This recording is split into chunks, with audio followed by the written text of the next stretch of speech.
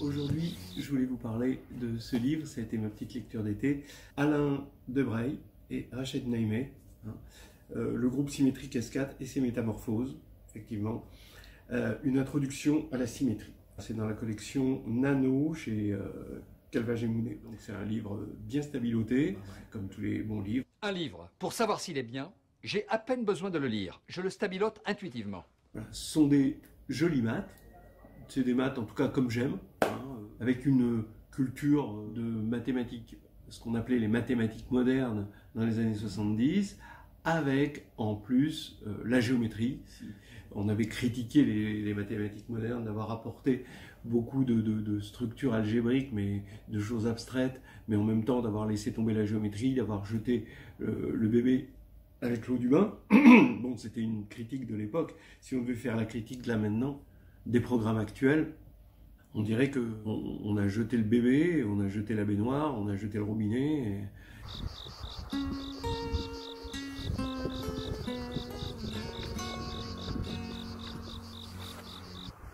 Alors j'ai trouvé le livre particulièrement clair, ça se boit comme du petit lait, c'est la collection Nano, ça se lit bien, vous voyez, il tient bien dans la main. J'aime bien cette collection, elle se prête à des choses simples, sans prise de tête. Les maths dedans sont bien, mais sans aller vers le sensationnel. On est toujours dans des jolies maths, on est juste bien là où on est. Et puis, franchement, j'aime bien le rapport entre ce qui est écrit et le livre. On peut le lire, on peut l'emporter où on veut, on peut le lire dans un hamac. Et ce sont des maths qui se lisent dans un hamac, c'est-à-dire qu'on lit, on n'a pas besoin de stylo à côté pour noter, pour faire des calculs. Le chemin s'éclaire au fur et à mesure. Le texte est bien, il y a des énoncés de résultats, il y a toujours des preuves de tout. En même temps, les preuves sont jamais bourrins, c'est toujours éclairant. Hein. Les dessins, alors les dessins, ils sont carrément magnifiques. Hein. J'admire leur maîtrise des dessins en latex. Hein. Vraiment, c'est incroyable de savoir faire ça. Il y a des dessins de toutes sortes, ça peut être des polyèdres, de plans, des intersections dans l'espace, des treillis de sous-groupes, des treillis d'extension de corps, etc. Bon, voilà. Et des fois, des dessins purement heuristiques de comment il faut comprendre les choses. Et les dessins sont des bons guides pour notre regard et donc pour notre compréhension. Et globalement, il y a le texte, il y a les dessins, mais il y a le style. C'est-à-dire c'est un style avec un certain recul, sans jamais perdre de vue l'explication pas à pas. Mais c'est un recul, et c'est un recul qui se prend jamais au sérieux. Je pense que Rachid Naïmé y est pour beaucoup. Hein. Il a un côté présentateur de planétarium. On est plongé dans un état où on regarde un ciel étoilé, on regroupe les choses en constellations. Il y a ce côté storytelling qui est quand même très agréable et qui va bien avec la collection Nano. C'est l'alpha et l'oméga. On a cette petite collection et puis ça nous ouvre vers un grand univers.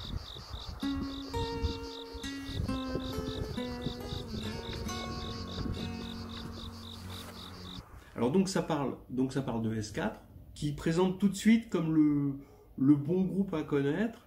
D'abord parce que il est pas trop petit, d'accord, il a quand même 24 éléments, hein, donc c'est pas un groupe ridicule comme S2, S3, il y a des choses à faire. Il n'est pas non plus trop grand. Bon, S5, on galérerait un petit peu. On pourrait faire A5, mais A5 il est simple et donc assez austère au niveau des sous-groupes distingués. S4 a justement ce petit côté sous-groupe distingué surnuméraire là, qui vient se rajouter là. Il a ce côté exotique par rapport aux autres sous-groupes. Il a ce groupe de Klein qui est particulièrement intéressant, mais surtout les métamorphoses.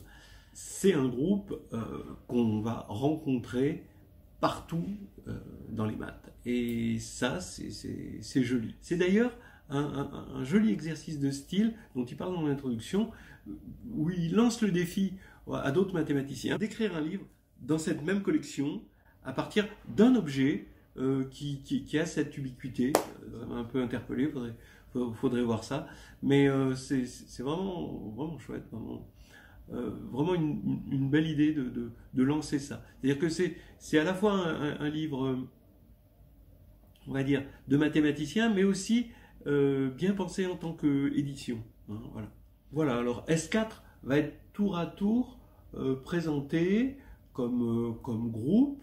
Alors groupe avec ses propriétés de groupe, de centre, de groupe dérivé, ses silos. Bon, voilà, le trait de ses sous-groupes, les sous-groupes distingués, comment ça marche, bien sûr. Aussi, on va voir sa présentation par générateur et relation, plusieurs présentations, des présentations aussi de type Coxeter, mais ensuite on va le voir en situation, c'est-à-dire on va le voir dans la géométrie affine, par exemple sur corps fini, hein, où on va voir à quoi il est isomorphe en tant que groupe affine. On va le voir aussi plonger dans le groupe des isométries. Alors là, c'est assez joli. Et toujours avec les dessins qui vont avec. On va le voir comme gestionnaire de solides platoniciens, tétraèdres, cubes, et tout ce que on a vu précédemment sur le groupe S4 va se voir, hein, bien sûr il va se voir dans l'espace euclidien, et bien sûr il va se voir dans les groupes d'isométrie du cube et du tétraèdre, et même des interactions qu'il peut y avoir entre cube et tétraèdre. On va voir S4 dans la théorie des représentations. D'ailleurs, j'avais fait une vidéo où je présente S4 et je dis justement comme eux. Moi aussi. D'ailleurs, j'avais dit dans une vidéo précédente sur la théorie des représentations comment S4 pouvait être le groupe parfaitement adapté, toujours pareil, ni trop petit, ni trop grand, hein, pour être présenté en 15 minutes avec la table de caractères, hein, et en même temps des incursions dans la géométrie, hein, en particulier des solides platoniciens, lors d'un oral d'agrégation. C'est un truc vraiment très joli. On voit aussi la théorie de Galois avec S4, qui est particulièrement intéressante. L'équation de degré 4 est gouvernée par S4, et c'est le dernier groupe, ou si vous voulez le groupe le plus complexe, mais où en même temps on peut tout résoudre par radicaux. Donc c'est le dernier groupe résoluble, et ça veut dire qu'on peut tout résoudre par radicaux et regarder tout ce qui se passe, d'une part du côté des groupes, et résoudre des groupes, et d'autre part du côté des équations, et résoudre des équations par radicaux. Donc en théorie de Galois, c'est vraiment un objet d'expérimentation de la théorie de Galois et de la résolubilité par radicaux idéal. On voit aussi S4 qui agit sur le birapport, hein, le birapport qui va être une fraction rationnelle à 4 variables.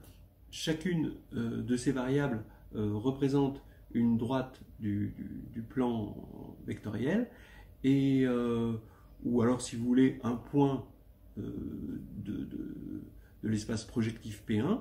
Et donc, comme il y a 4 variables, il y a S4 qui agit par permutation sur les variables. Il y a une étude intéressante à faire de l'action de S4 sur le birapport. Tout le monde applaudissait très fort et trouvait ça génial. Et puis, S4 n'arrive jamais seul. Il vient avec tous ses cousins, que ce soit le groupe des isométries du cube, hein, qui est une légère extension de S4, le groupe octaédral binaire, qui va être aussi une extension de S4, parce que S4 lui s'inscrit dans SO3, et on va voir ce groupe octaédral binaire comme sous-groupe fini de SU2.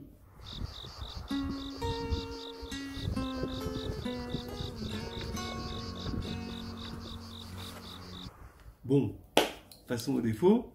pas idée d'inculquer à des enfants des bêtises pareilles, et que Shadoko, il fallait le condamner. Il fut très applaudi aussi. Les mathématiques, ça les intéressait, bien sûr, mais brûler le professeur, c'était intéressant aussi, faut dire. Il y a d'abord des fois des petites lacunes, des petites frustrations, certains passages du livre, mais c'est très éparse. Hein. Certains passages du livre, on dit, mais attendez, on peut faire la connexion entre ça et ça. C'est pas des choses qui auraient vraiment encombré le livre, ça aurait été juste une petite remarque. Et puis ça y est pas. Et pourtant c'est des choses, on en a parlé avant, donc on pouvait faire la connexion. Certaines sections qui ont été à peine abordées pour moi, le bi-rapport. En même temps, je comprends, hein, Rached avait déjà fait des choses chez Cassini, où il racontait, donc peut-être qu'il n'avait pas envie de trop se répéter. Mais à moindre frais, on pouvait dire un peu plus de choses, toujours dans le même style. Hein. Si tirer plus de choses de la table de caractère, c'est toujours des toutes petites choses où quand on le lit, on se dit tiens, ils sont juste à côté de ça, et ce serait peut-être pour une autre édition. Ils le disent, tiens, le livre survivra, on pense que le livre va survivre aux auteurs. Bon, donc bon, en tout cas, j'espère que les auteurs auront encore l'occasion de faire d'autres éditions de ce livre, et bon, j'aimerais bien leur faire quelques suggestions pour les autres éditions, juste des petits trucs. C'est très bien pour un prof, très bien pour quelqu'un qui prépare un cours, très bien pour quelqu'un qui veut conserver sa culture mathématique. Après, en fait, je ne sais pas quelle pourrait être la lecture d'un étudiant sur ce livre. Ça, je m'en rends pas compte. Mais quelqu'un qui a déjà l'agrégation, qui a envie, sans se prendre la tête, de lire un truc pour se cultiver, ce livre s'adresse à un certain public de professeurs agrégés qui ont envie d'apprendre des choses, et c'est normal, hein, faut continuer à entretenir la machine quand on a eu l'agrég. C'est dommage de voir ces professeurs qui ont appris énormément de choses, et les maths, ça se perd, hein, très rapidement. Si on n'en fait pas, même des fois pendant 3 semaines, on perd le fil. Donc ça vaut toujours le coup de lire des choses, mais on n'a pas envie de rentrer dans des choses trop compliquées. On a envie juste d'un petit entretien. Et là, ce livre, il est parfait pour on va dire, le service après-vente, hein, des maths et puis de l'agrégation. En revanche, un étudiant qui doit apprendre toutes les notions, je ne sais pas si je lui conseillerais ce livre, ou alors des passages. Voilà. Localement, il y a des choses vraiment parfaites, et là, ce serait bien aussi de baliser ces choses. Alors ça aussi, peut-être dans une prochaine édition, un peu plus baliser les parties qui pourraient faire un développement, parce qu'il y a des trucs, il y a des développements à tirer pour l'oral de l'agrégation magnifique, et aussi pour apprendre de façon rapide certaines notions. Ok, on va essayer de passer un petit peu ce que j'ai stabiloté en le lisant, parce que qui me semblait intéressant. Donc on va regarder, pas vraiment page par page, mais plutôt chapitre par chapitre. Il fut décidé à l'unanimité qu'on le laisserait parler et qu'on le brûlerait après à la récréation.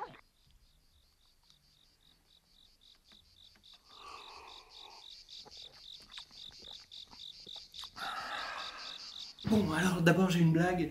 Monsieur et Madame Gimonet font une autre vie. Le Calva Gimonet. 1-0 pour l'humour. Faut quand même admettre que c'est plutôt une boisson d'homme. Voilà, alors on commence à feuilleter le bouquin. Je vous remontre voilà, la couverture. Voilà, et ça commence par l'exergue. Alors c'est toujours pareil, l'exergue c'est un régal pour l'auteur souvent. Des fois ça peut arriver qu'on écrive un livre rien que pour mettre, ou qu'on ouvre un chapitre rien que pour pouvoir citer une exergue. Là, c'est Henri Poincaré, et ça parle de l'harmonie des lois naturelles. Donc, bon, évidemment, c'est la symétrie. C'est le seul terrain sur lequel on puisse bâtir une morale. Donc, voilà. Sans marchander sa peine. Donc, bon, voilà, j'aime bien le côté, cette espèce d'enthousiasme et cette gratuité dans l'enthousiasme du partage, de la connaissance, tout ça, sans attendre aucune de ces grossières récompenses qui sont tout pour certains hommes. Alors bon, quand on sait que c'est Henri Poincaré et que son frère Raymond a été président de la République, bon, on se dit qu'il en profite pour régler ses comptes dans la fratrie. Et quand il aura pris ainsi l'habitude du désintéressement, donc là, il démolit toute sa famille, cette habitude le suivra partout, sa vie entière en restera comme parfumée, c'est magnifique. Bon, alors bon, l'exergue, c'est vrai que moi j'en aurais imaginé d'autres, mais ça c'est juste pour le plaisir. D'abord, j'avais pensé à celle de Jean-Luc Godard, qui dit ce qui ne va pas, c'est l'alphabet. Il y a trop de lettres, il faut en supprimer beaucoup et passer à autre chose, comme les peintres. Ça déjà, voilà. Peut-être plus drôle, moins explicite que Godard, l'alphabet Shadok, puisqu'on est dans l'alphabet Ga, Bu, Zo, Me. Voilà. S4, vous voulez parler des S4, c'est juste une référence au Shadok, quoi, S4. Et inversement. Alors, je continue. L'avant-propos commence avec une autre exergue. Donc là, c'est de Grothendieck sur les groupes. Et j'ai déjà vu ça quelque part. Hein. Sur la formalisation de l'idée de symétrie. S4 qui est ni trop simple ni hautement compliqué. Et là, un vœu, ça j'aime bien. Les auteurs aimeraient que d'autres collègues suivent leur exemple en singularisant un objet mathématique particulier. Donc là, c'est un peu une idée, c'est pas que des maths, c'est aussi un concept d'éditeur, d'essayer de faire de cette collection nano une façon de raconter un objet particulier, et à travers de ce petit objet particulier, comme le petit livre de la collection nano, atteindre un petit peu un truc plus universel.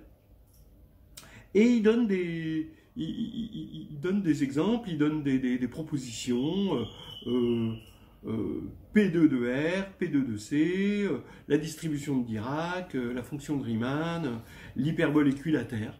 Tiens, alors là, ça j'aimerais bien voir ça, je vois pas du tout. Le corps a un élément. Le corps, alors le corps a un élément. S'il y a un livre de la collection Nano qui sort sur le corps à un élément, ça je l'achète tout de suite. Le fibré cotangent, bon, ouais, ça peut partir peut-être trop tôt. Moi, je sais pas, je le sens moins. Les matrices nilpotentes, ouais, alors ça, j'ai presque envie de dire, ok, j'achète. Le théorème des résidus, ok. Et puis, bon, moi j'avais pensé à d'autres, l'icosaèdre. Et l'icosaèdre, ça me paraît aussi un truc avec déjà, voilà, quoi, les rotations dans l'espace, et puis tous les, il va contenir des cubes, il va contenir il a un dual, le dodécaèdre, il contient des tétraèdres, il est lié à S5, il est lié à la table de caractères de A5. Comment on résout une quantique avec un icosaèdre, ça c'était un très très beau sujet qui nous met sur les traces de Félix Klein. Donc ça c'est des choses absolument magnifiques. Et voilà, on a terminé sur leur avant-propos. Bon, on commence avec un chapitre 1. Bon, rien de spécial au début. Le groupe S de E, le groupe symétrique, hein, des permutations d'un ensemble E. le cardinal, donc les générateurs, décomposition en cycle. C'est tout un outillage nécessaire. Alors là, ça peut être bien comme vademecum pour un étudiant, hein, ou même quand on prépare un cours, hein, pour un prof. J'aime bien un petit coup de cœur pour la permutation de l'enfant Gauss. Donc c'est la permutation qui inverse tout, hein, qui a 1 va envoyer sur n, 2 sur n-1, 3 sur n1 et n sur 1. Donc en référence à la preuve de l'enfant Gauss, Gauss quand il était enfant, quoi, comprend, sur la série arithmétique, je pense. Exercice, et déjà le premier exercice, il est sympa. Je connaissais pas. Montrer que Sn est engendré par les dérangements pour n différent de 3. Bon, c'est rigolo. L'action de Sn sur l'algèbre des polynômes k de x1 jusqu'à xn, ah oui, par permutation.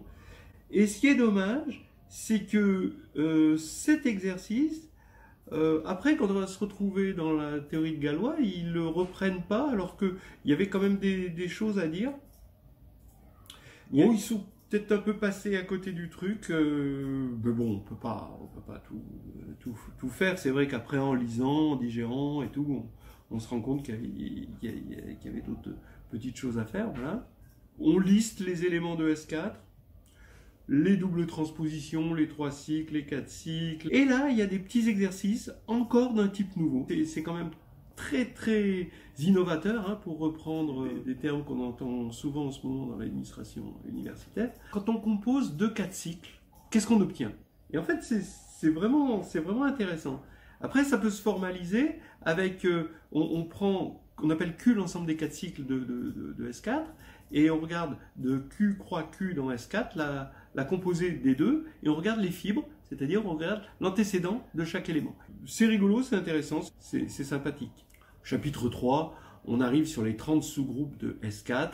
Alors c'est déjà des choses qu'on va voir dans le livre d'Alain, hein, donc Alain Debray, où il classifie tous les groupes finis d'ordre, je crois, de 1 à 32. Donc l'art qu'a Alain de dessiner des treillis, de sous-groupes. Bon, ça c'est pas le moindre, ça c'est voilà, peanuts, hein, mais quand même, voilà, c'est jolis dessins qui nous parlent. Et voilà, alors là on commence à mieux voir treillis de S4, avec, vous voyez, encadré les sous-groupes distingués, hein, les 2 silos de S4, alors avec des fleurs. Ce sont des fleurs. Et je trouve que c'est un très très beau, comment dire, mélange d'esprit de Rachel Naimé et avec celui d'Alain Debray. Ils font bien la paire. J'aime beaucoup ces façons de dessiner des choses avec des fleurs, avec des citrouilles, avec des choses comme ça. Donc ça, c'est les 2 silos de S4. Donc on sait que S4 a 3 2 silos, hein, qui sont isomorphes à D4. Donc ça, on y viendra après un peu plus tard, parce que dans la théorie de Galois, c'est quand même très chouette. Montrer qu'il existe dans S5 des groupes S3 dont aucun ne se trouve dans l'un ou l'autre des 5 S4 de S5. Ça paraît compliqué comme ça, mais si on imagine S3 dans S5, ben, on va imaginer, on va fixer 2 éléments, on va prendre 2 éléments parmi 5, d'accord? Donc il y a 10 possibilités. Et on va fixer ces 2 éléments, comme ça on va permuter les 3 autres. Et donc on va obtenir des S3 dans S5. Mais parmi ces S3, il y a par exemple des transpositions, donc ces S3-là, ces 10 S3-là, hein, d'accord, ne vont pas être dans A5. Or, il y a 10 S3 dans A5. Voilà. Donc ça nous fait en gros 2 classes de conjugaison de S3 dans S5, des qui ne sont pas dans A5 et des qui sont dans A5. Et ça fait un joli petit dessin, d'accord, que je montre ici. Voilà. C'est pas difficile à décrire. Alors, pareil, une petite déception là, c'est que A5, c'est quand même le groupe de l'icosaèdre. Justement, on parlait de l'icosaèdre tout à l'heure. A5, c'est aussi le groupe du dodécaèdre. Et ces 10 S3 correspondent aux 10 axes qui rejoignent les sommets opposés du dodécaèdre. Je pense que ça aurait été rien de rajouter ça. Ça aurait été vraiment dans l'esprit hein, du livre. Voilà. Mais bon, voilà. Après, ils font des tas d'autres choses. Hein. Regardez là, c'est beau quand même. Bon, après, on attaque le chapitre 4. Alors, le chapitre 4, j'ai adoré. Les isométries de l'espace affine euclidien de dimension 3. Il parle, bien sûr, des sous-groupes finis de SO3, où S4 va se distinguer, puisque ça va être le groupe des isométries du tétraèdre, et le groupe des isométries positives du cube. Donc, des choses très chouettes. Et ensuite, il y a des rappels. Alors, les rappels sur les isométries affines en dimension 2, sur les isométries en dimension 3, pareil, et affines aussi. D'ailleurs, c'est marrant qu'ils disent affine en dimension 2 et pas affine en dimension 3, alors qu'ils font la même chose.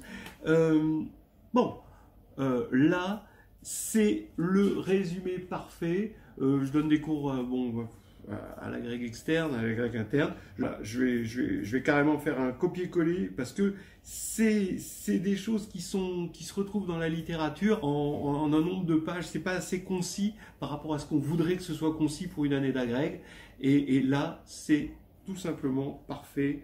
Donc, merci à Rachad et Alain d'avoir écrit ça avec des dessins, mais tout simplement magnifiques sur les composés de symétrie dans le plan et de différentes composés, symétrie, rotation, etc. Avec juste le dessin qu'il faut, super bien. Toujours ces petits dessins qui s'adressent à notre intelligence. Paf, on regarde ça et on comprend, qui s'adresse ou même qui réveille peut-être notre intelligence, j'en sais rien. Comment ça s'appelle? J'appellerais ça des schémas heuristiques. Donc une façon de résumer les isométries linéaires en dimension 3 avec un dessin de type nouveau et qui nous permet de comprendre les choses parce que ça utilise à la fois la dimension verticale, la dimension horizontale. C'est chouette, c'est très très chouette. Et là, un chapitre vraiment intéressant sur les sous-groupes. Comment on va pouvoir trouver deux involutions, c'est phi au carré égale l'identité, d'accord? Et phi n'est pas l'identité. Et on cherche deux involutions qui commutent. Voilà. Comment ça va s'exprimer géométriquement d'abord, et puis voilà, combien on peut en trouver, donc évidemment à conjugaison près, hein. Et en fait ça revient à trouver des copies du groupe de Klein, c'est-à-dire Z sur 2Z croix Z sur 2Z, bon il appelle C2 croix C2, ouais. Donc c'est des copies de C2 croix C2, le produit direct, dans l'espace. Et voilà, donc il trouve trois classes de conjugaison, et qui correspondent géométriquement à trois dessins, vraiment super chouette. Les sous-groupes cycliques de l'espace, alors ça c'est vraiment bien. Donc l'espace affine, euclidien, on va chercher des sous-groupes cycliques là-dedans. Et comment on va les trouver? Avec encore de très beaux dessins, deux types de générateurs. Alors bien sûr, il y a ce qu'on pense. Vous voulez un sous-groupe cyclique, vous allez prendre une rotation par rapport à un axe et d'ordre n, et vous allez avoir un sous-groupe cyclique d'ordre n. Mais il n'y a pas que ça, d'accord? Ils appellent ça des IPFU, c'est des involutions à point fixe unique. Bon, c'est bien. Moi, j'appelais ça des symétries rotation, ça me parle peut-être plus. Et on peut avoir, donc ça aussi, ça va nous donner d'autres classes de conjugaison, de copies de Z sur NZ dans le groupe des isométries. Et effectivement, il y a deux types possibles engendrés par ces symétries rotation, ces IPFU tels qu'ils l'appellent. Très joli exercice. juste pour voir si on a compris, déterminer le nombre d'isométries f de l'espace tel que f puissance 12 et une réflexion. Vous partez d'une réflexion et vous voulez tous les f tels que f puissance 12 est égal à cette réflexion. Bon ben voilà, si vous avez compris cet exercice, ça y est, c'est bon, vous pouvez passer au chapitre suivant. Ah non, parce que quand même, il faut savoir, après avoir fait le groupe de Klein et ce groupe symétrique dans les isométries, comment on peut trouver une copie de D4, voilà, et on se sert justement, tout est très bien articulé, on se sert des copies de C2 croix C2 pour avoir des copies de D4 et des copies de Z sur 2Z, croix Z sur 2Z, croix Z sur 2Z dans le groupe des isométries. Et là, cette fois-ci, il n'y a plus qu'une seule classe de conjugaison, c'est intéressant. Voilà. Et puis à la fin, évidemment, on passe à A4 et S4 et même A5 avec des jolis dessins. Bon, alors celui-ci est absolument magnifique pour trouver le point fixe d'une certaine IPFU, donc symétrie rotation, qui se voit comme composée d'une IPFU et d'une translation.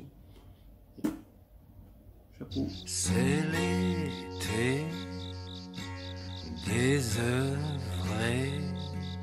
Là, on attaque les isométries du tétraèdre régulier, on attaque toutes les sortes de... Voilà, donc là, c'est lié au sous-groupe de SO3. Des choses qu'on a fait quand même pas mal dans H2G2 avec Jérôme Germoni, donc c'est des choses que je connaissais bien, mais bon, bien sûr, là, il y a des dessins vraiment extraordinaires. Voilà, bon, tous les déplacements sur un cube, sur un tétraèdre, etc., toutes les symétries, tout est vraiment bien dessiné. Donc on retrouve S4 comme le groupe des isométries positives du cube, par exemple, et donc on a un dictionnaire entre les types de retournement et les types de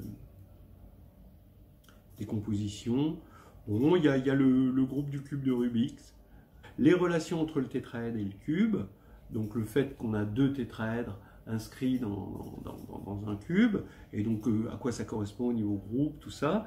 Ce joli dessin, on voit l'éclatement du cube comme ça, en petit tétraèdre, à partir d'un octaèdre central qui est dans le cube, et on fait tout exploser ensuite en tétraèdre.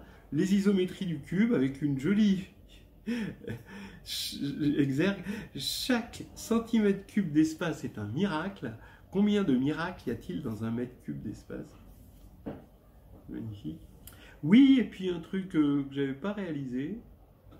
Ben oui, comme le groupe des isométries du cube, c'est S4, c'est le produit direct S4 par C2. Il va y avoir des éléments qui vont être d'ordre 6 dans ce groupe, et en fait on va même avoir D6. Et s'il y a D6 dans le groupe des isométries, on se doute qu'il va y avoir un hexagone inscrit dans le cube. Et effectivement, donc, vous avez ce petit hexagone là, qui est joli comme tout, qui est inscrit. Donc, bon, avec donc ce groupe cyclique qu'on avait vu dans un chapitre précédent, et donc qui a pour générateur une IPFU, donc c'est une symétrie rotation, avec la façon, donc vous avez pareil, un joli dessin. Le groupe du cube comme le produit en couronne, C2, S3. Alors ça, c'est quelque chose que je ne connaissais pas, qu'il y avait que j'ai découvert dans le livre d'Alain sur les groupes. Le groupe du cube, on peut le voir comme un C2, produit en couronne avec S3. Alors produit en couronne, ça veut dire que S3 va agir sur C2, croix C2, croix C2. Voilà. Donc, en fait, ça revient à permuter géométriquement les trois axes orthogonaux du cube. Et après, bon, ce genre de choses vont servir, il me semble, après, quand on va regarder les groupes d'automorphisme. Bon, alors là, bon, là, respect. Là, faut avoir du temps et de la patience, mais aussi du talent. Alors, j'aime beaucoup le chapitre 10, le groupe GL2 de F3 et le groupe S4. Voilà. Hein, donc, les liens entre les deux. GL2 de F3, bah, il agit sur les droites du plan sur F3, donc qui possède 4 droites. Donc GL2 de F3 va agir sur ces 4 droites. Donc il va y avoir un morphisme de GL2 de F3 sur S4. Donc il va avoir pour noyau les homothéties. Et donc on a un isomorphisme PGL2 de F3 et S4. Donc il y a des relations entre GL2 de F3 et S4. GL2 de F3 qui va être d'ordre 48 et S4 d'ordre 24. Et ce qui est intéressant, c'est que dans GL2 de F3, il y a SL2 de F3, SL2 de F3 qui maintenant est d'ordre 24, d'accord? Et dans SL2 de F3, il va y avoir un docilo qui va être unique, donc distingué, et qui est isomorphe à H8. Et on peut même prendre pour H8, comme définition de H8, le sous-groupe distingué d'ordre 8 de SL2 de F3. Et grâce à ça, vraiment, il y a plusieurs preuves, et ça je me suis régalé, pourquoi S4 est le groupe d'automorphisme de H8. Il y a de la réduction, parce que ce que je remarque dans le livre, c'est que vraiment ils utilisent très peu de matrices. C'est très rare qu'on voit des matrices. C'est-à-dire qu'on fait tout, soit avec des groupes, soit alors avec des dessins, soit des graphes, mais très peu de matrices par rapport à bon, c'est quand même un exercice de style. Mais là, il y a des matrices pour, bah oui, puisqu'on passe à SL2 de F3, essayer de comprendre les classes de conjugaison d'éléments d'ordre pair pour comprendre H8, d'accord? Et donc on voit S4 comme le groupe des automorphismes de SL2 de F3. Et là, il y a plusieurs preuves, 3 preuves différentes. Une plutôt avec des générateurs et relations, donc la dernière, je la trouvais moins lumineuse. La première, je la trouve vraiment magnifique, bon, bah, je vous laisse la découvrir. Et puis la deuxième, avec les classes de conjugaison d'éléments d'ordre 3 dans SL2 de F3. Chacune des deux ferait un magnifique problème dans une UE de groupe. Hein. Je conseille aux profs de regarder ça. Alors là, une configuration cubique dans le treillis de GL2 de F3. Oui, on va pouvoir créer un cube dans le treillis des sous-groupes de GL2 de F3. Alors GL2 de F3, il est d'ordre, quoi, on a dit 48. Dedans, il va y avoir S3. Et il va y avoir 8 copies, en fait, de S3. Alors que dans S4, vous voyez bien que vous avez 4 copies de S3. Incroyable, avec des dessins, avec des fleurs et des citrouilles, magnifique. Bon, là on attaque après en chapitre 11 le groupe binaire octaédral. Donc ça, ben, on sait qu'il y a un revêtement de SO3, c'est SU2, et donc dans SO3, ben, il va y avoir S4 comme groupe du cube, des déplacements du cube, et donc on va tirer ce S4 dans SU2 et obtenir ce groupe S4 tilde qui va être de taille double, hein, et qui va se retrouver dans SU2. Voilà, encore de beaux dessins. Et étude. Donc c'est ce que je vous disais un peu, ce qu'on appelle les cousins, hein, de S4.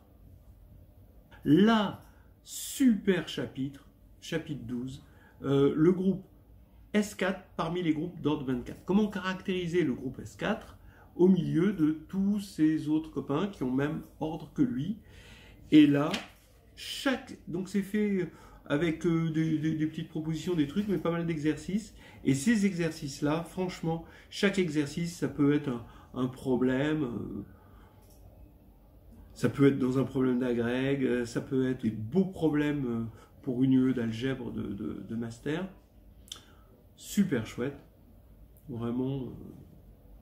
Et donc, montrer, tiens, je vous lis, montrer qu'un groupe G d'ordre 24 qui n'a pas d'élément d'ordre 6 est isomorphe à S4. Voilà, des petites choses comme ça. Avec, bien sûr ça se déroule. Hein. Et là, les tables de caractères de S4 et de ses amis, avec une exergue de Jacques Lacan que j'ai adoré. La structure narcissique a un caractère irréductible. Bon, alors là c'est au perché. Voilà, donc, table de caractères. Bon, des choses aussi qu'on avait faites avec Jérôme Germoli dans H2G2. Mais là, avec peut-être un petit peu plus de table de caractères. Peut-être parce qu'il y a tous les caractères des groupes cousins. Bon, peut-être dommage, c'est ce que je disais, moins d'utilisation de la table de caractères. Voilà. Mais bon, alors merci à eux, ils nous ont mis une section à part, une référence de qualité. Le lecteur pourra consulter la remarquable chapitre 11 de H2G2 avec la correspondance de Mackay. Je ne sais pas s'il n'y avait pas une faute d'orthographe. Mackay, c'est plutôt la correspondance de Mackay avec un A, mais bon, ça fera des choses pour la prochaine édition, c'est bien. Bon, je vérifierai si j'ai pas dit de bêtises. Alors, il y a aussi le chapitre 15, c'est sur présentation du groupe symétrique S4. Voilà, hein, donc ça, c'est des choses qui sont souvent mal comprises par les étudiants et très très bien fait ici. C'est lié à la programmation des groupes. Bon, ça c'est une chose. Il faut savoir montrer qu'on a un isomorphisme entre le groupe qu'on est en train de manipuler, donc le groupe S4 ici, et une présentation avec générateur et des relations. Donc un isomorphisme entre le quotient d'un groupe libre par un certain sous-groupe distingué. Donc le groupe libre, c'est là où on va voir les générateurs. Sous-groupe distingué, c'est là où on va voir les relations, en quelque sorte. Il faut bien montrer qu'on a un isomorphisme avec ce groupe ici, S4. Et il y a plusieurs façons d'obtenir des générateurs et des relations. Et tout ça, ça se voit avec le graphe de Cayley. Voilà, c'est très bien fait. Et c'est quelque chose qui manque un petit peu aux étudiants parce que c'est pas tellement au programme, mais ça permet d'éclairer un peu la notion de groupe et cette fausse simplicité cachée derrière les axiomes du groupe.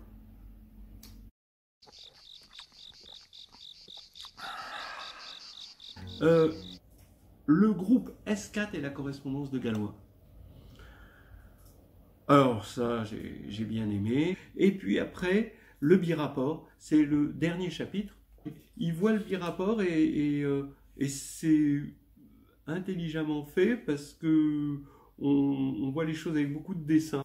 En tout cas, c'était bien d'avoir fait un chapitre sur le birapport.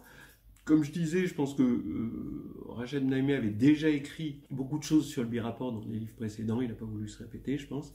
Mais en tout cas, bon, moi, j'ai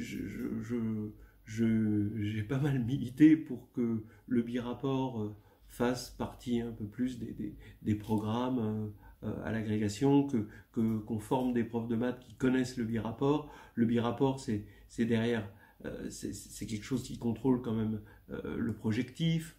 Le projectif, voilà, quoi. On peut estimer que des profs de maths doivent savoir comment fonctionne la 3D, quel est le rôle du birapport dans des problèmes purement photographiques ou dans des problèmes de 3D.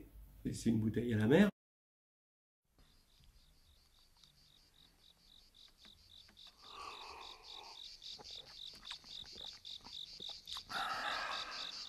Bon, maintenant, si on veut continuer sur le livre, on va passer sur une autre vidéo, parce qu'il y a un moment dans les mathématiques où il faut arrêter d'être en mode gesticulation si on veut avancer un petit peu. Et donc, on va passer un peu au tableau. Alors maintenant, ben voilà, je voudrais quand même dire merci à Alain et à Rachid pour ce beau livre. Voilà. Puis vive les livres de la collection Nano. Ils sont intéressants, ils sont un bon intermédiaire entre l'Internet qui nous propose des maths, mais si on regarde trop les maths sur Internet, on finit sur une superficialité, sur un mode zapping, etc. et qui peut être dangereux. Ce livre-là et la collection en général, c'est vraiment des livres agréables, mais qui ont le côté profond d'un livre. Et puis, merci, vive les auteurs là, qui participent à Calvage et Mounet. C'est vraiment pour moi la meilleure édition en France de maths. Il n'y a même pas photo, hein. C'est une évidence de le dire. Et puis voilà, donc merci encore une fois à Alain, à Rached, longue vie à eux. Merci à tous ces auteurs pour leur enthousiasme. Et je vais reprendre l'exergue de Poincaré pour tous ces livres qui parfument nos vies. Écroulé dans un hamac. Je voulais parler donc toujours de ce livre d'Alain Debreil et Rached Naïmé, le groupe symétrique S4 et ses métamorphoses. Et ils mettent des petits compléments, parce que ça peut toujours être intéressant pour quelqu'un qui aurait essayé de faire des exercices ou essayer de comprendre un chapitre. Généralement des petits compléments qui vont utiliser la théorie des représentations. Dans le chapitre 2, ils attaquent un exercice de type nouveau et qui décline, c'est-à-dire vous prenez un élément de S4 et est-ce qu'il peut se décomposer en produit de 3 cycles? Voilà. Après, vous pouvez le faire, ils le font d'ailleurs, en produit de 3 cycles et une double transposition, un produit de 2-4 cycles, un produit de... Bon, voilà l'exercice tel qu'il est. Donc, je vais donner un exemple. On veut décomposer un élément de S4 en produit de 3 cycles. D'accord? Comme par exemple, 1, 2, 3, 4. Voilà. C'est le produit de 1, 2, 3 et de 2, 3, 4. D'accord? De combien de façons on peut décomposer cet élément en produit de 2, 3 cycles? D'ailleurs, cette formule est utile quand on veut montrer que AN est engendré par les 3 cycles. Mais bon, ça, c'est autre chose. Alors, on peut modéliser ça de cette façon-là. Donc, on a une fonction f de C3 croix C3 dans S4 qui a sigma 1, sigma 2, donc c'est des 3 cycles, associe sigma 1 rond sigma 2.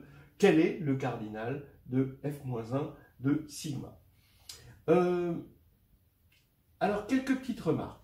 D'abord, dans le cas présent, on a 2 éléments de signature 1. Donc, quand on fera le produit, on aura forcément un élément de signature 1. C'est le début d'une indication que la théorie des représentations a son rôle à jouer quand même dans cette histoire. On va voir d'autres raisons. Ensuite, une autre remarque. On va conjuguer, alors ce que j'appelle conjuguer, je conjugue ici coordonnées par coordonnées. Hein, si je mets T, sigma 1, sigma 2, T-1, ben, je vais conjuguer sigma 1 par T et sigma 2 par T. Et on voit bien que F commute avec la conjugaison. Hein, et donc finalement, on voit que l'antécédent du conjugué, c'est le conjugué de l'antécédent. Et donc, comme la conjugaison, ça c'est une bijection, au niveau des cardinaux, ça va être égal. D'accord? Voilà. Donc, il va y avoir égalité des cardinaux. Donc, il va y avoir des répétitions. Donc, regardons le cardinal des classes de conjugaison. Les classes de conjugaison sont indexées par des partitions, d'accord, de 4 ici. C'est-à-dire E, l'élément neutre, ça va être la partition 1, 1, 1, 1 de 4. Et là, il n'y a qu'un seul élément. 1, 2, la classe de conjugaison de la transposition 1, 2, bah, c'est la partition 2, 1, 1. Il va y avoir 6 éléments. 1, 2, 3, donc le 3 cycles, bah, il va y avoir 8 3 cycles. Et ça correspond à la partition 3, 1 de 4, hein, puisque 3 plus 1, d'accord, ça fait 4. Ici, c'est la partition 4 de 4, et là, la partition 2 plus 2. Et là, c'est les cardinaux. J'ai mis les cardinaux 1, 6, 8, 6, 3. Le tout, ça fait bien 24, évidemment. les classes de conjugaison forment une partition, évidemment, de S4. Et là, ben, puisqu'il y a même cardinal, et puisque on n'a rien au niveau des éléments de signature -1, on a 0, ben, qu'est-ce que ça veut dire? On va regarder E. Quelle est la préimage de E? Ben, ça va être les éléments de C3, et ici on a forcément l'inverse, donc il y en a 8, puisqu'il y a 8 éléments dans C3. C3 c'est celui-ci, hein, je l'écris autrement. Ensuite, si je prends un élément ici, un 3 cycles ici, eh ben, je vais appeler X1, 2, 3, hein, le cardinal de l'antécédent d'un 3 cycles. Ce cardinal ne dépend pas du 3 cycles choisi, donc on va avoir 8 plus 8x1, 2, 3, plus 3x1, 2, 3, 4, donc ça c'est le cardinal de la préimage de 1, 2, de la double transposition 1, 2, 3, 4, et en fait c'est le cardinal de la préimage de n'importe quelle double transposition. Et donc, on sait que la somme, à la fin, ben, on va retrouver tous les éléments de C3 croix C3, c'est-à-dire 8 fois 8, d'accord? Et en fait, on se rend compte qu'il n'y a pas beaucoup de solutions à cette équation. X1, 2, 3 est forcément égal à 4, et X1, 2, 3, 4, que je vais écrire comme ça, hop, est forcément égal à 8. Vous regardez, ça fait 8 fois 4, 32, 3 fois 8, 24, et 8, 32, 32 et 32, ça fait 64, 8 fois 8. Donc voilà. Alors, les techniques là utilisées sont totalement élémentaires, elles exploitent bien l'équivariance par conjugaison. Maintenant, on peut carrément généraliser. Ce que je propose là maintenant, c'est de généraliser complètement cet exercice intéressant. C'est-à-dire que on sait en général que dans SN, les classes de conjugaison sont indexées par les partitions, d'accord, hein, qui correspondent aux longueurs des cycles dans la décomposition en cycles disjoints, d'accord. Et donc voilà, hein, c'est ce que je dis. Ici, par exemple, c'est 4 égale 2 plus 2, et 1, 2, ben, ça va être 2 plus 1 plus 1, hein, parce que dans les cycles disjoints, on a aussi les cycles de longueur 1 qu'il faut compter. Voilà. On a une formule, hein, qui est la formule du cardinal d'une classe de conjugaison. Ça, on connaît. Je l'ai mis là comme ça, juste pour... bon, c'est pas... Mais ça, simplement, c'est connu. On peut la trouver dans H2G2. Et on va regarder, on va se donner plusieurs partitions, M partitions, lambda 1 à lambda M.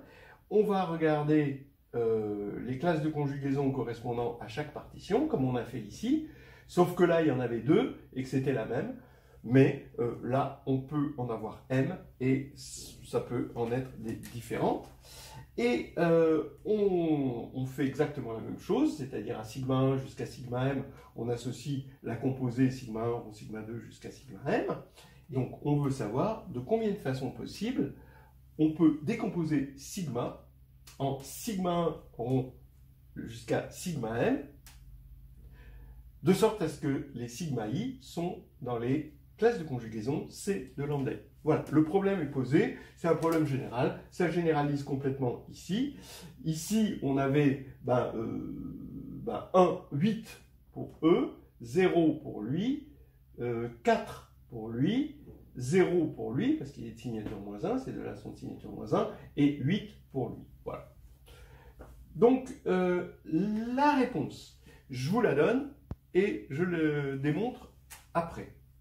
On va calculer un vecteur V qui est dans quoi? Alors, ces vecteurs, ils sont dans C puissance IR de Sn. Donc, ce sont des vecteurs dont les coordonnées sont indexées par les irréductibles, les représentations irréductibles, à isomorphisme près, hein, du groupe Sn. V ici, c'est le produit. Alors pour chaque qui, hein, d'accord, on va regarder sa coordonnée pour chaque qui dans IRSN. Et V, là, c'est le produit de la classe de conjugaison des lambda I, le produit indice I. D'accord, les lambda I, ça va parcourir ça, fois qui de lambda I. Alors, on sait que deux éléments conjugués ont même caractère, hein, dans la théorie des représentations, et comme les classes de conjugaison sont indexées par des partitions, ça fait sens d'appeler qui de lambda I l'image par le caractère qui de n'importe quel élément qui est dans la classe de conjugaison associée à lambda I. Et je divise par qui de E puissance, pardon, AM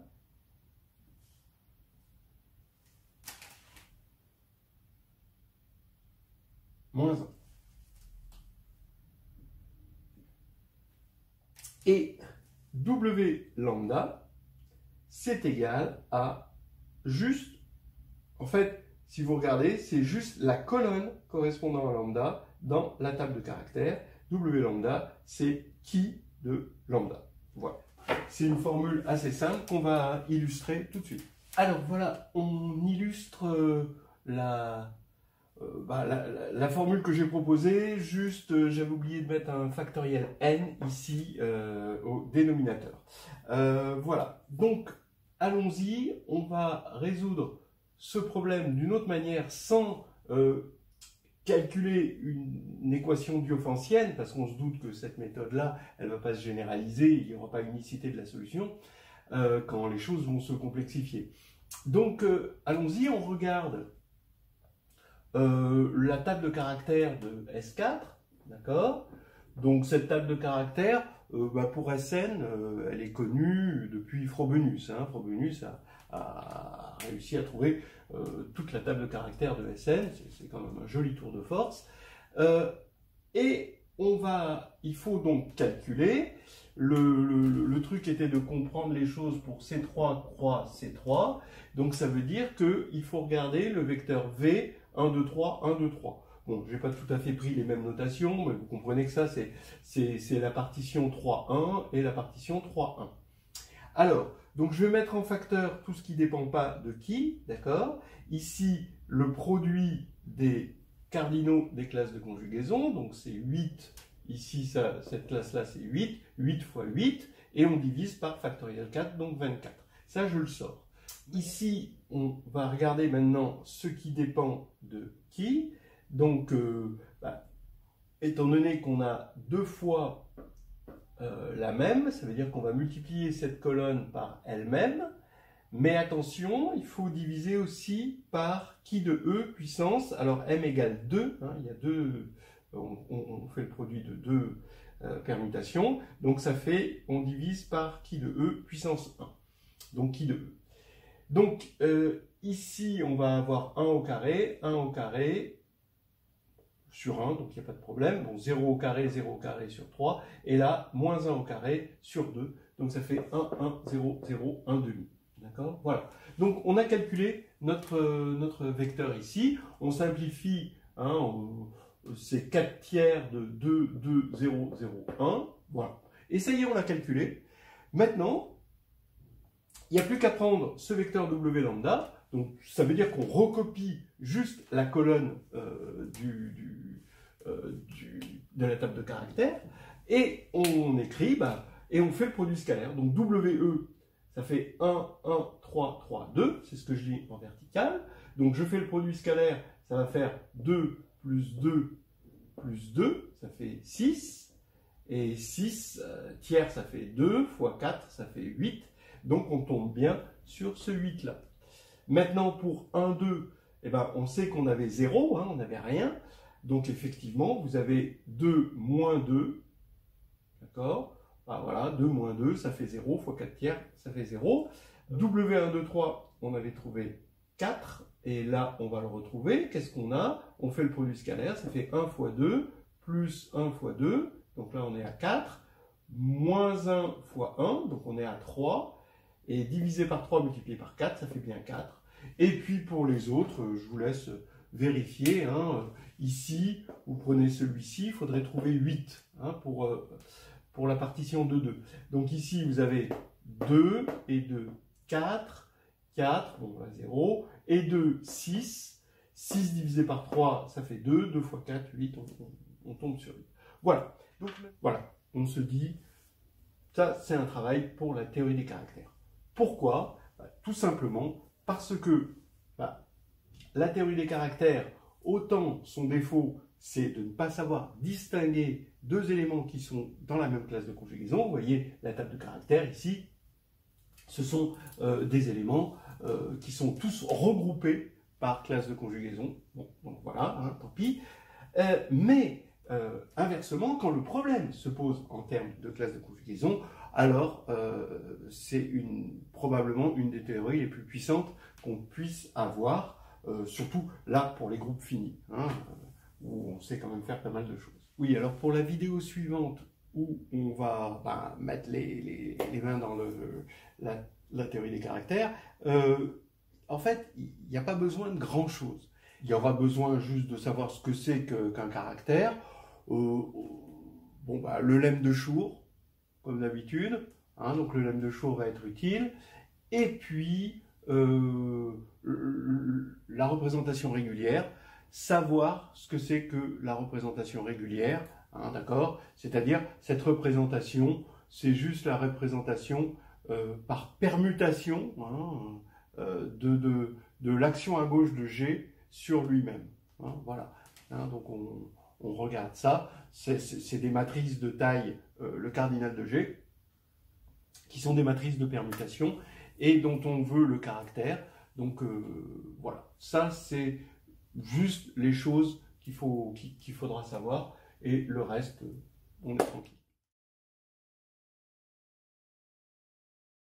Voilà, on attaque la preuve. Donc, on veut calculer le cardinal de l'ensemble des permutations des MU clés de permutation, tel que le produit est un sigma qui a été fixé, et sigma i appartenant à la classe de conjugaison correspondant à une partition donnée lambda i. Voilà, on veut calculer le cardinal de ça. Et là, on remarque que sigma, on peut le passer de l'autre côté, d'accord? Et ça devient sigma moins 1. Comme on est dans Sn, on ne change pas de classe de conjugaison. La classe de conjugaison d'une permutation, c'est la même que la classe de conjugaison de l'inverse. Et donc, on peut, à cause de l'invariance par conjugaison qu'on avait dit, se ramener au problème suivant. C'est sigma 1, sigma m plus 1, donc je rajoute sigma m plus 1, d'accord, tel que le produit est égal à E, puisque j'ai passé ça de l'autre côté, d'accord. Maintenant, tous les sigma i sont dans C de lambda i, mais cette fois-ci pour i allant de 1 à m plus 1. Mais maintenant, j'en ai trop compté parce que je prends tous les sigma m plus 1 dans la classe de conjugaison correspondant à lambda m plus 1. Alors lambda m plus 1, hein, évidemment, c'est le lambda dont on était parti pour sigma. Hein. Ici, on était parti d'un certain lambda ici. Hein. Donc ici, c'est ça. Bon, et donc on en a mis trop, donc il faut diviser par ces lambda m plus 1 à cause de l'invariance dont on avait parlé. Voilà. Donc il faut calculer cette chose-là, et maintenant on se ramène à calculer cette chose-là. Mais maintenant, c'est plus la peine d'avoir m plus 1, je me ramène à m plus 1 est vraiment inutile. Il suffit, on peut se convaincre que cette formule revient exactement à calculer ceci et à dire que, donc ça c'est la même chose que ça, mais pour m, j'ai ramené m plus 1 à m, et ici, dire que c'est égal à 1 sur factoriel n, la somme pour les caractères irréductibles de Sn du produit de C lambda i, alors i de 1 à n évidemment, fois qui de lambda i, j'ai expliqué ce que c'était que qui d'une partition, divisé par qui de E, puissance m-2. Hein, le m-1 ici vient du fait qu'on a décalé ici par rapport de m plus 1 à n. Voilà, c'est cette formule donc que l'on va montrer et vous pouvez vous convaincre très facilement qu'elle est équivalente à celle-ci, hein, vue comme cette somme et vue comme un produit scalaire dans C puissance IR de Sn. Voilà, la chose à laquelle on pense, pourquoi est-ce qu'on a isolé E? C'est parce qu'on a une fonction indicatrice si on est sur E ou pas. C'est le caractère de la représentation régulière. Donc, la représentation régulière, je vous l'ai dit, c'est une représentation par permutation. La représentation par permutation, c'est une matrice, d'ailleurs une matrice de permutation, ça ne va pas arranger les choses, qui correspond à la multiplication d'un élément à gauche d'un élément de Sn. Donc par exemple, E, quand vous multipliez à gauche, vous allez avoir l'identité, et la trace de l'identité, quand vous cherchez le caractère, c'est factoriel n. Maintenant, quand vous allez multiplier par un élément qui n'est pas l'identité, eh ben, vous allez avoir aucun invariant. Si un élément n'est pas l'identité, quand on multiplie par un autre élément, forcément, ça va donner un élément différent de l'élément par lequel on a multiplié. Donc ici, on va avoir dans notre matrice de permutation que des zéros sur la diagonale qui expriment qu'on n'a aucun invariant. Donc la trace va être nulle et ici, on va avoir 0. Donc, en fait, vous voyez que 1 sur factoriel n qui règle, c'est la fonction indicatrice de l'élément neutre. Voilà, donc ça c'est une bonne chose. Donc on peut repérer cet élément neutre-là, à condition qu'on sache un peu plus sur qui règle, bah, c'est facile de décomposer qui règle en somme de caractères irréductibles. Les coefficients, c'est juste qui de E, c'est-à-dire la dimension, hein, ce qu'on appelle le degré de la représentation irréductible correspondante. Voilà. Alors, ça veut dire quoi? Ça veut dire que notre formule, notre cardinal ici, c'est combien de fois on va avoir E? Ben, on va avoir E, ben, vous voyez, il suffit de regarder qui règle, d'accord, sur factoriel n, et de l'appliquer à tous ces éléments-là, et on va avoir 1 à chaque fois qu'on sera tombé sur E, et 0 sinon, donc ça va bien compter, c'est exactement ce qui s'appelle compter cet ensemble. Donc le résultat, c'est 1 sur factoriel n, somme de qui appartenant à IR de Sn, on reprend ça, qui de E, on reprend ça, et maintenant, on va faire la somme de tout ça pour les sigma i, hein, dans C de lambda i, des qui de sigma 1, sigma n, pour repérer quand on va avoir E ou pas. Voilà, donc ça, c'est égal à ça. Mais, eh ben, perdu, parce qu'il n'est pas compatible avec la multiplication. Voilà, et ça, on est très embêté, mais je voulais quand même vous montrer l'idée de la preuve, elle est finalement là, sauf que, étant donné que bah, la trace n'est pas compatible avec la multiplication, ça a toujours été comme ça, mais que la représentation, elle l'est, c'est-à-dire que ρ du produit, bah, c'est le produit des ρ, hein, parce que ρ c'est ça une représentation, c'est quelque chose qui est compatible. Alors, on va reprendre cette même idée, mais on va essayer de l'élever au niveau des représentations, quitte à prendre le caractère par la suite. Voilà, c'est ce qu'on va faire là maintenant. Voilà, on part sur cette idée-là. C'est pas le caractère qu'on va regarder tout de suite, c'est d'abord ρ, à cause de cette compatibilité avec la multiplication. Donc on va prendre ρ, une représentation irréductible de Sn. Hein, et on va dire que, on va regarder la moyenne, donc on va prendre sigma 1, donc qui sera un représentant de la classe de conjugaison lambda 1, et on fait la moyenne des ρ de tous les conjugués, en prenant carrément T1 dans Sn. Et donc on fait cette moyenne. Alors évidemment, comme ρ va dans en de V ρ, quand on fait des sommes, des moyennes, on reste dans AND de Verrou. Dans AND de Verrou, indice C. C'est-à-dire c'est juste un endomorphisme complexe de notre représentation complexe Verrou. Maintenant, je vais faire mieux. Je vais montrer que c'est dans AND de G. C'est-à-dire que ça va commuter avec l'action de G. C'est-à-dire, si j'appelle ça phi, d'accord, cet endomorphisme, phi rond rho de G, ben ici, vous allez composer à droite par rho de G.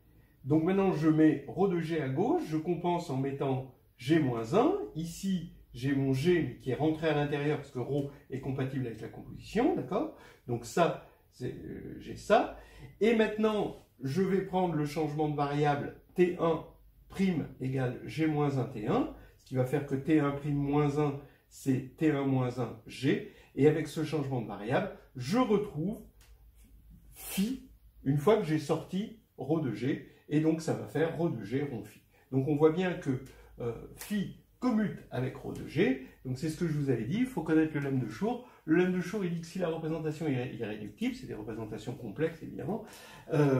Si la représentation est irréductible, alors phi est maintenant une homothétie.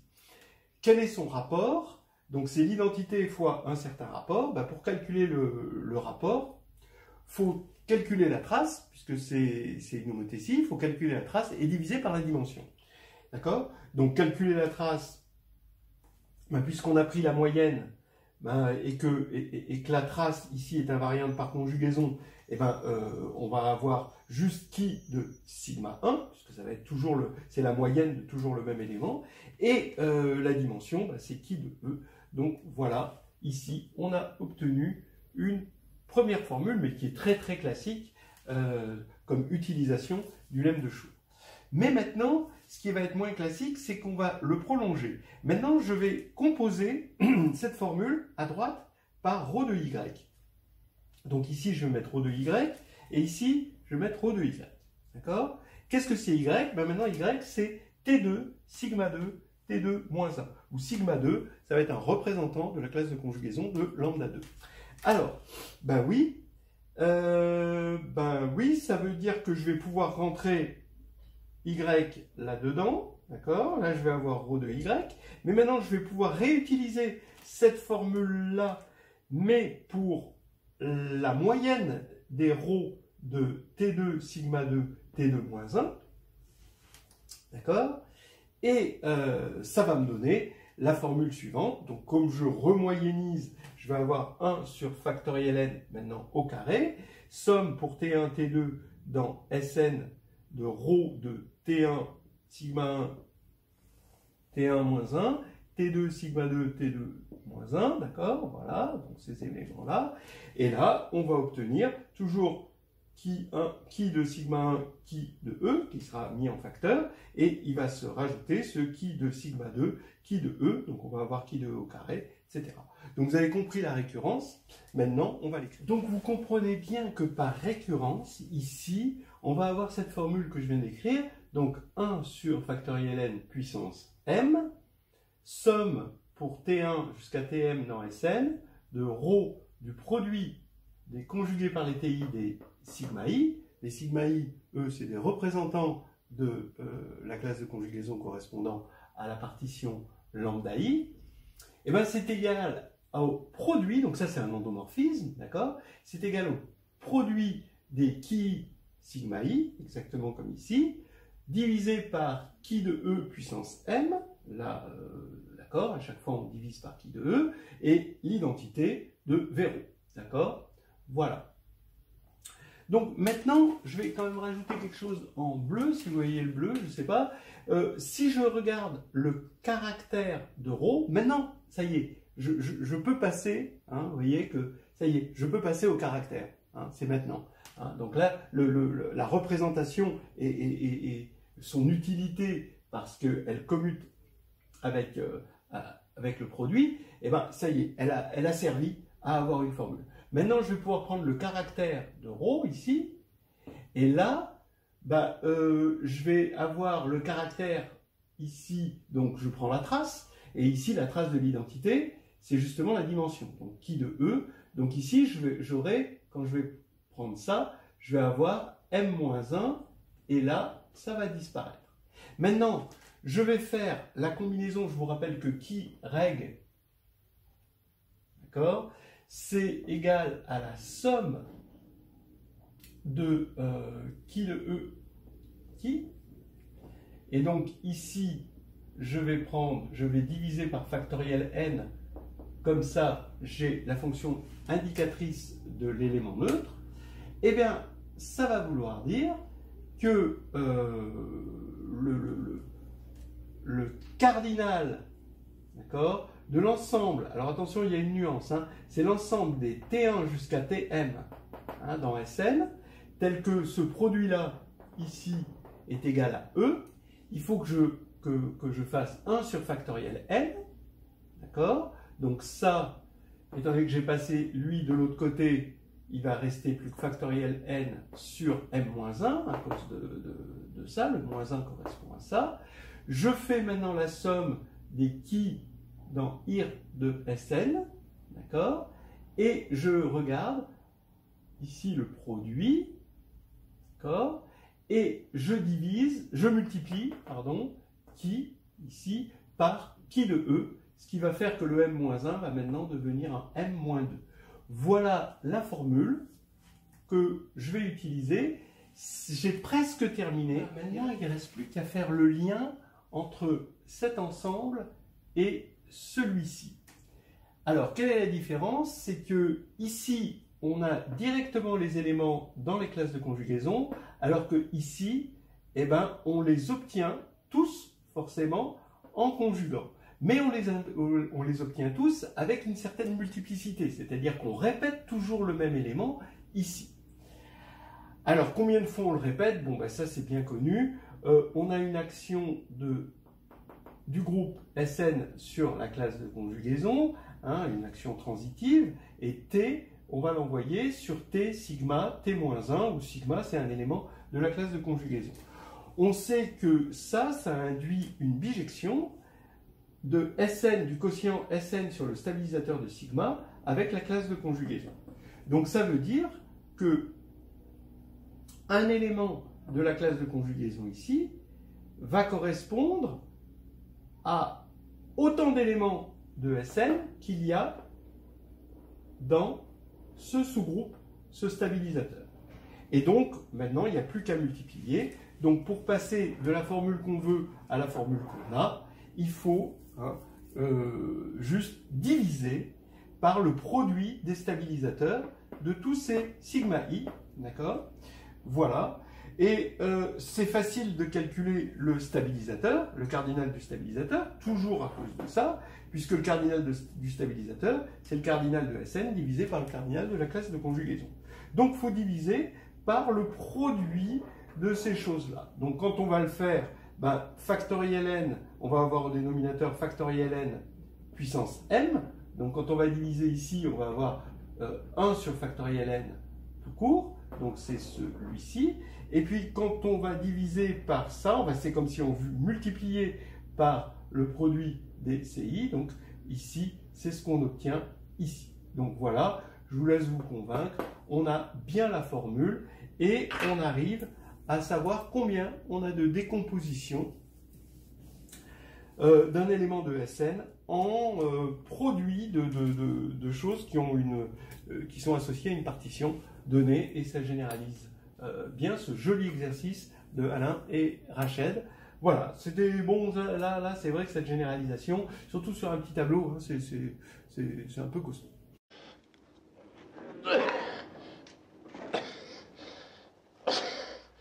I couldn't help but notice. I was standing here. That's amazing, the way that you push those things up there. It must take a great deal of patience. And a little muscle. Oh, yes. Well, you certainly are. Yes, you are. I'd love to be able to. I would really enjoy trying that sometime. I don't think you'd have the patience for it. Well, I have the other thing you mentioned, the little muscle. I say that was sort of a corker. Here, enjoy yourself.